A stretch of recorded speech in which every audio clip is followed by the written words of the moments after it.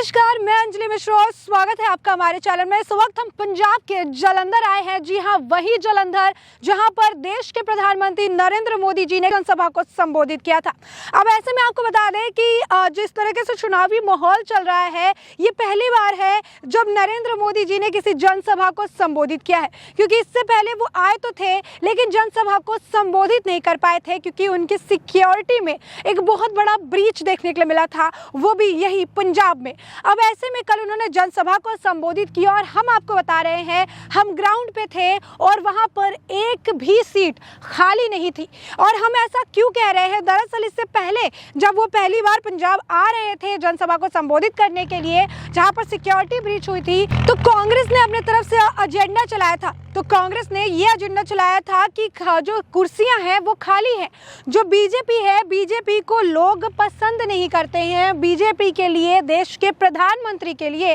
वहां पर लोग नहीं थे। लेकिन अब ये जिस तरीके से जनसभा में भीड़ देखने के लिए मिली है, मेरे पीछे जितनी हरियाली और खेत देखने के लिए मिल रहा है आपको, जनसभा में इसी तरीके से लोगों की हरियाली देखने के लिए मिली है। जनसभा में कोई भी सीट खाली नहीं था और वहां पर, यानी जब देश के प्रधानमंत्री जनसभा को संबोधित कर रहे थे तो वहां पर लोगों की भीड़ थी और वो चीख चीख के बयां कर रही थी कि पंजाब में भी बीजेपी की लहर है। तो ये कांग्रेस के ऊपर करारा तमाचा है। साथ ही साथ आपको बता दें कि जब हमने लोगों से लेकर बात की तो लोगों ने हमें कहा कि कांग्रेस ने कोई काम नहीं किया है। आम आदमी पार्टी को तो मानो लोगों की तरफ से गालियां पड़ रही थी कि आम आदमी पार्टी ने भगवत मान सिंह को उतारा है। उनकी जिस तरीके से वीडियो निकलकर सामने आई है, वो खुद जो है नशे में धुत रहते हैं। लोगों का कहना था कि जो इंसान नशेड़ी है, जो नशे में रहता है, उसके हाथ में तो गाड़ी भी नहीं दी जाती है, उनके हाथ में राज्य क्या देंगे। उसके बाद जब हमने पूछा कि ये चरणजीत सिंह चन्नी है, नवजोत सिंह सिद्धू है,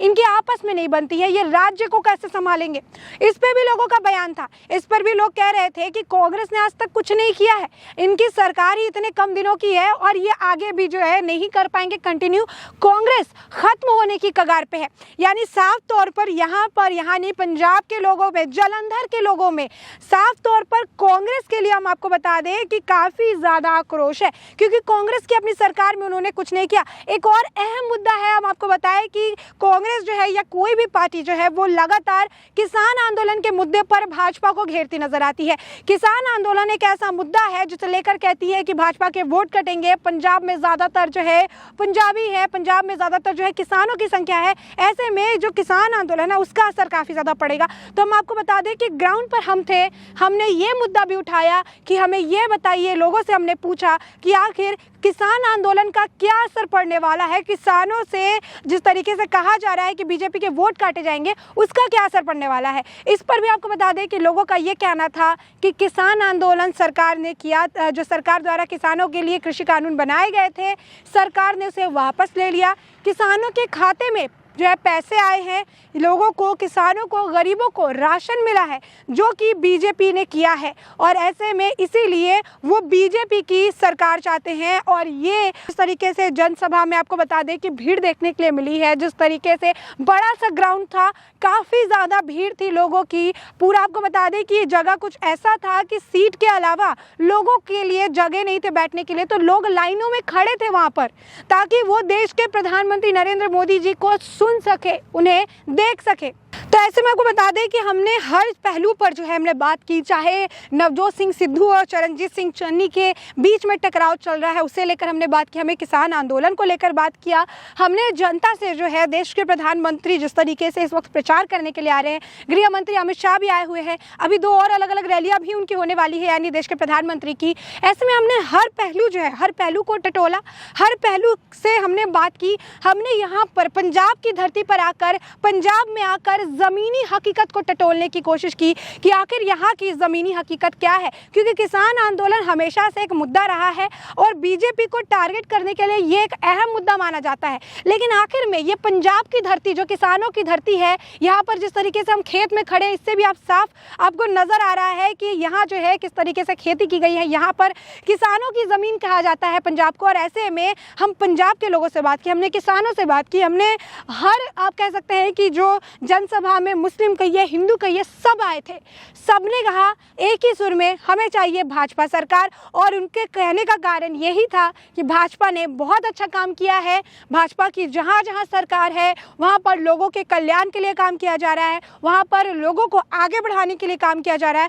वहाँ पर देश की उन्नति के लिए काम किया जा रहा है, देश के विकास, राज्य के विकास के लिए काम किया जा रहा है। वहीं चरणजीत सिंह चन्नी को लेकर भी लोगों का बयान था, वो काफ़ी ज़्यादा नाराज़ नजर आए। कहा कि चरणजीत सिंह चन्नी जो कहते हैं कि मैं गरीब का बेटा हूँ, राहुल गांधी कहते हैं कि हमने गरीब के परिवार से जो है मुख्यमंत्री बनाया है, गरीब के परिवार से मुख्यमंत्री को खड़ा किया है ताकि वो गरीबों की मदद करेंगे, गरीबों की परेशानी समझेंगे। इस पर जनता का रिएक्शन था कि चरणजीत सिंह चन्नी गरीब कहाँ से है, जिसके खाते में इतने पैसे हैं, जो कहीं ना कहीं 45 लाख की गाड़ी में चढ़ता है, जिसके भांजे के यहाँ से करोड़ों रुपए बरामद होते हैं। ऐसे में पंजाब का जो मुख्यमंत्री है वो किस तरीके से गरीब है, जिन्हें गरीब बताने की कोशिश की जा रही है। साथ ही साथ आपको बता दें कि पंजाब के लोग जो है, एक चीज़ जो माना जाता है वो ये है कि पंजाब के लोग काफ़ी ज़्यादा अपने दिमाग में, अपने हेड में वो क्लियर रहते हैं कि उन्हें क्या चाहिए और क्यों चाहिए। तो एक जो सवाल हमने उनसे पूछा कि इस वक्त जो है कांग्रेस की सरकार है, सत्तारूढ़ पार्टी कांग्रेस है, तो इस वक्त आप भाजपा को क्यों समर्थन कर रहे हैं? कांग्रेस 5 साल यहाँ पर जो है राज कर चुकी है, कांग्रेस जो है यहाँ पे 5 सालों से है, तो ऐसे में भाजपा के लिए ये पुकार क्यों? बता दें कि लोगों का कहना है कि भाजपा गरीबों के राशन देने के मुद्दे कहिए, गरीबों की बात सुनने के मुद्दे कहिए, लोगों के जो है विकास के लिए मुद्दे कहिए, और एक और मुद्दा जो था वो था इंडस्ट्री। उन्होंने कहा कि कांग्रेस के आने के बाद से जितनी भी इंडस्ट्री थी, खास करके कह सकते हैं कि जो एम्प्लॉयमेंट जनरेट किया जाता है, इंडस्ट्री होते हैं तो वहाँ पर एम्प्लॉयमेंट जनरेट होता है, युवाओं को नौकरी मिलती है, तो जो इंडस्ट्री थी वो पंजाब से दूर चली गई, वो पंजाब के लोगों की पहुँच से बाहर चली गई, जिसकी वजह से आज पंजाब में नौजवानों के पास बहुत ही कम अपॉर्चुनिटी है। इन 5 साल की सरकार में नौजवानों को लेकर बड़ी बड़ी बातें तो की गई, लेकिन नौजवानों के लिए कुछ किया नहीं गया। यहाँ पर आप देख सकते हैं खेती है, खेती जो है इससे पहले जनरेशन के लोग खेती कर रहे हैं, उसमें खुश हैं, लेकिन आज के जनरेशन के लोग जो पढ़े लिखे हैं, जो पंजाब के हैं, पंजाबी है, पंजाबियत में बिलीव करते हैं, वो अपनी ज़मीन पे रह के, अपनी धरती पे रह के, अपनी जगह का जुड़ाव करके जो है वो चाहते हैं कि यहीं पे रहे और यहाँ पर जो है नौकरी करे। लेकिन उसके लिए भी कांग्रेस की सरकार ने उनके लिए कोई ऑप्शन ही नहीं छोड़ा, क्योंकि यहाँ पर इंडस्ट्री का जो एक कह सकते हैं कि कांग्रेस की वजह से इंडस्ट्री काफ़ी दूर चली गई, काफ़ी अलग चली गई। और इसलिए भी युवाओं की ये भी कंप्लेन है कि कांग्रेस की सरकार ने ना किसानों के लिए कुछ किया, जो उनको आज वो मुद्दा बना रहे हैं, ना किसानों के लिए कुछ किया, ना युवाओं के लिए कुछ किया, ना महिलाओं के लिए कुछ किया। आपको बता दें कि प्रियंका गांधी वाड्रा लगातार महिलाओं के लिए कह रही है, हम उनकी सशक्तिकरण कर रहे हैं, हम महिलाओं के लिए सब कुछ करें। हमने महिलाओं से बात की, पूरे एक ग्रुप को हमने पकड़ा, हमने उनसे कहा कि हमें ये बताइए कि प्रियंका गांधी वाड्रा महिलाओं के सशक्तिकरण की बात कहती है, प्रियंका गांधी वाड्रा महिलाओं को लेकर आगे बढ़ाने की बात कहती है। उन्होंने साफ तौर पर जो हमें बताया, उन्होंने कहा कि प्रियंका गांधी वाड्रा या कांग्रेस वो कुछ नहीं कर रहे, वो आपस के मतभेद ही नहीं सुलझा पा रहे, तो औरतों के सशक्तिकरण और औरतों को आगे बढ़ाने की बात तो